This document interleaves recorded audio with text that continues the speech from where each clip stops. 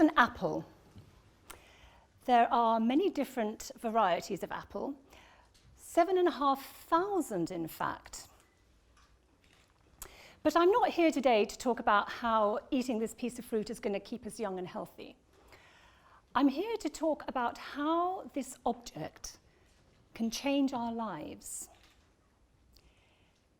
From this piece of forbidden fruit, the term Adam's apple came into being.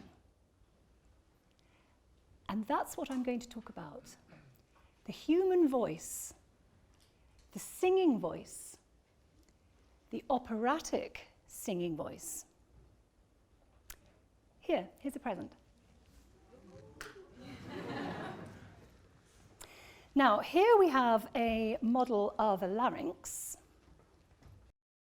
This is what's inside all of us.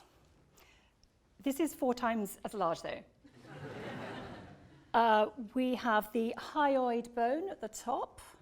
We have the thyroid gland with lots of blood vessels and nerves running through it. Inside, we have the 2 arytenoids and the epiglottis. Now, attached inside there are the 2 vocal cords. So we take a breath in, and in order to speak or sing, the pressure underneath makes the cords vibrate. And bingo, we have sound. This part here is the thyroid cartilage, the Adam's apple, the bit that sticks out. Have any of you seen this from the inside? Take a look at this. Now, these are my vocal cords trying to sing Happy Birthday.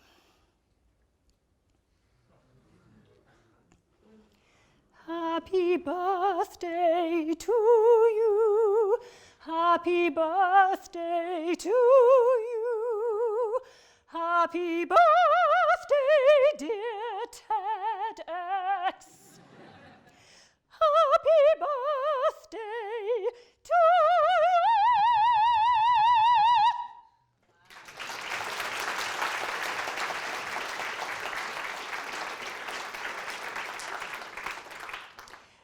The reason I had a camera down my throat was because I once lost my voice, which is the scariest thing in the world for a singer.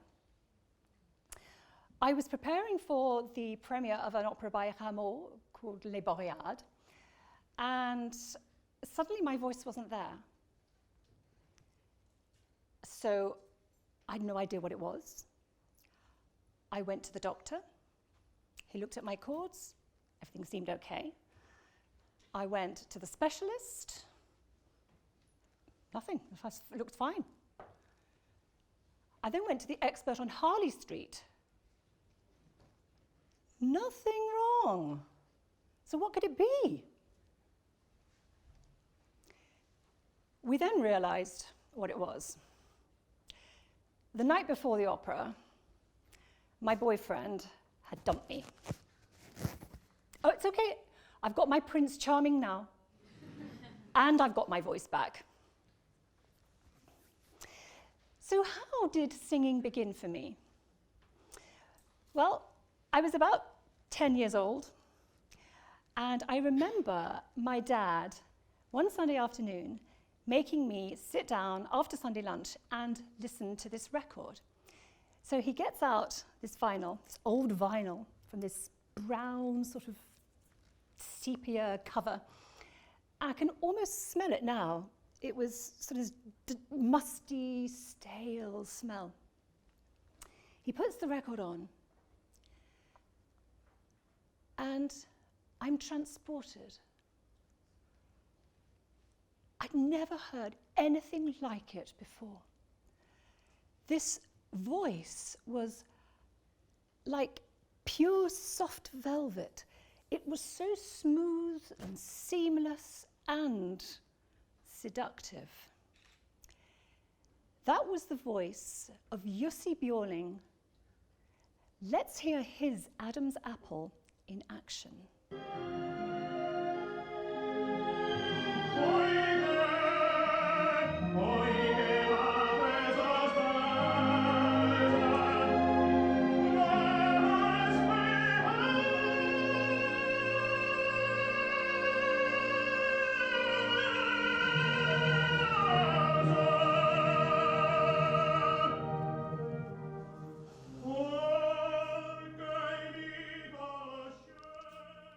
pretty impressive.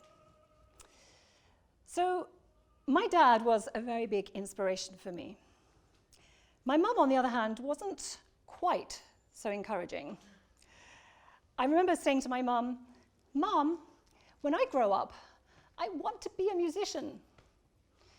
She turned around and said, "Helen," my mum was Austrian, by the way, "Helen, you know you can't do both."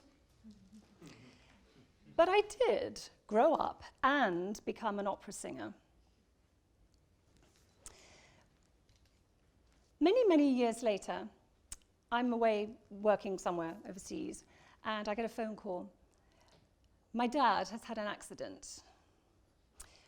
He gets up in the middle of the night to go for a pee, as we all do, and he trips over a shoe, and he falls, and he breaks his neck.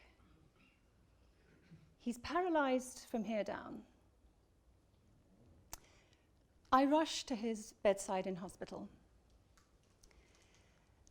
And in order to keep my dad alive, he has what's called a tracheotomy, a tube inserted into his windpipe.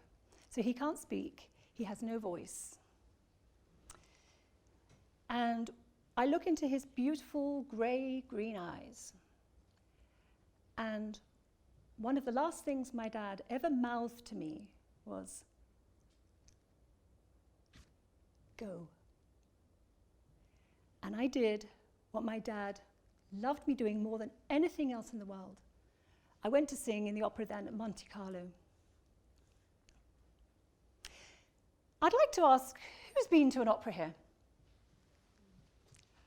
Most of you. Okay, so you'll know how opera can move you to tears. I ran a team building session recently, and one of the participants sings a solo from Figaro, Mozart's Le Nozze di Figaro. And I look at the CEO.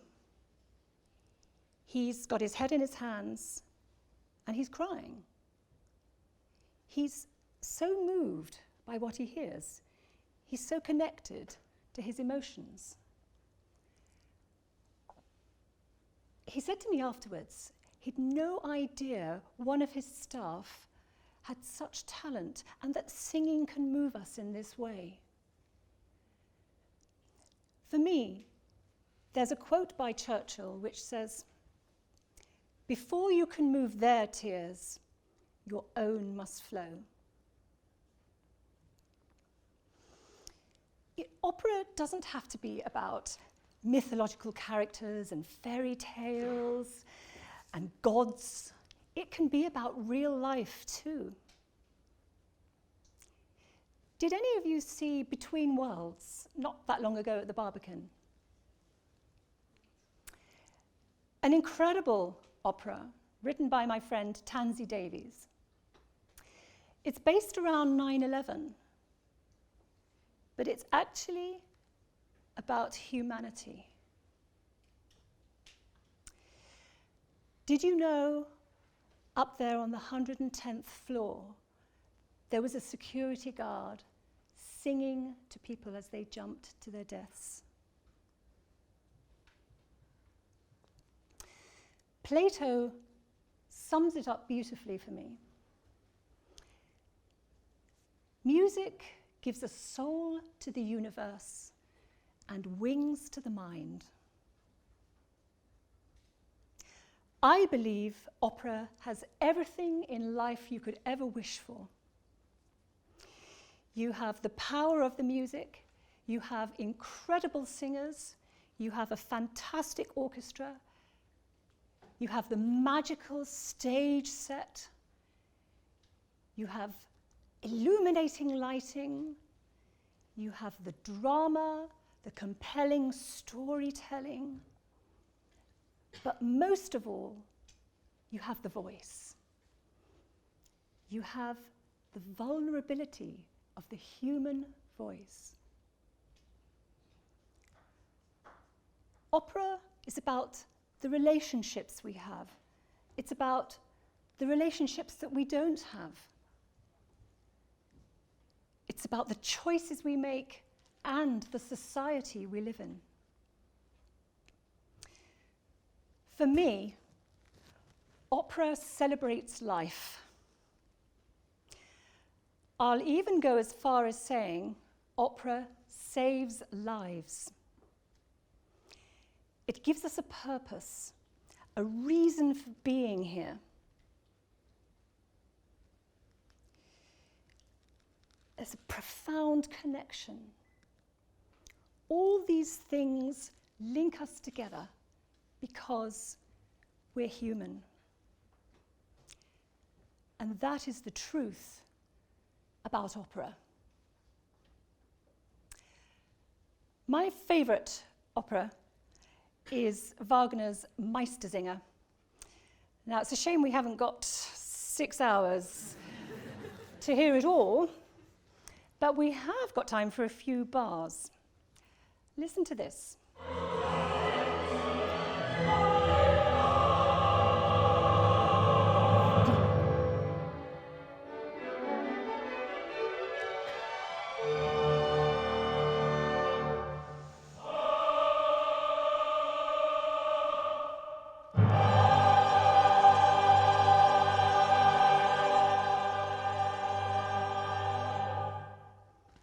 Now it's your turn. You thought you were just coming here to hear me sing? Okay, so I would like the men to stand up, please.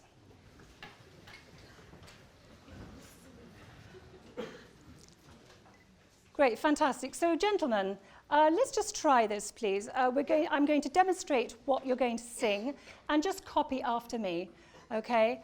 So just relax, don't worry about it, have a bit of fun, let your hair down if you have any. Okay, so it goes like this. Wach auf. Gentlemen, here we go. Okay, and.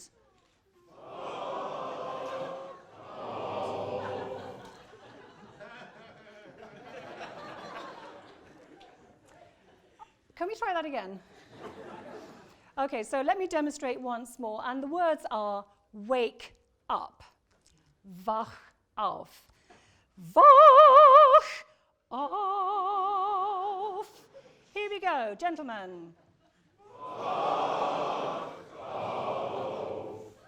Okay, thank you. Stay where you are. Ladies, please, on your feet. Ladies, it's not so difficult. Okay, so we're going to do Wach auf. Ladies. Wach auf. Very good. How much are they paying me to do this? I don't know. Okay, and now the soprano line. Wach.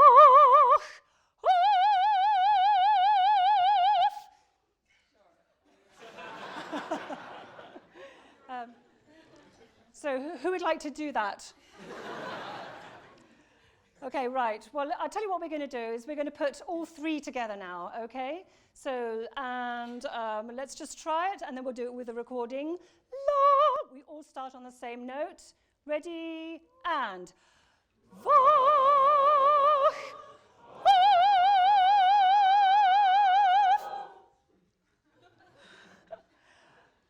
Let's do it once with the recording. Okay, Brenda, thank you. Smile.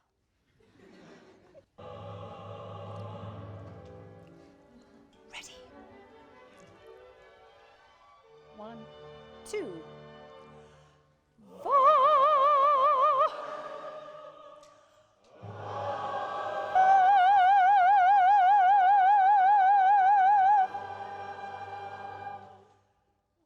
Brilliant.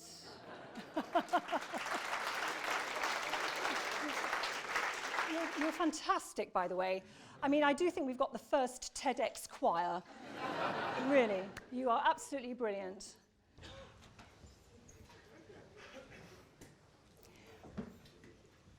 My passion is about unleashing your voice. Yours, and yours, and yours. My dad may have lost his voice, but he gave me mine. I hope today I'll have given you yours.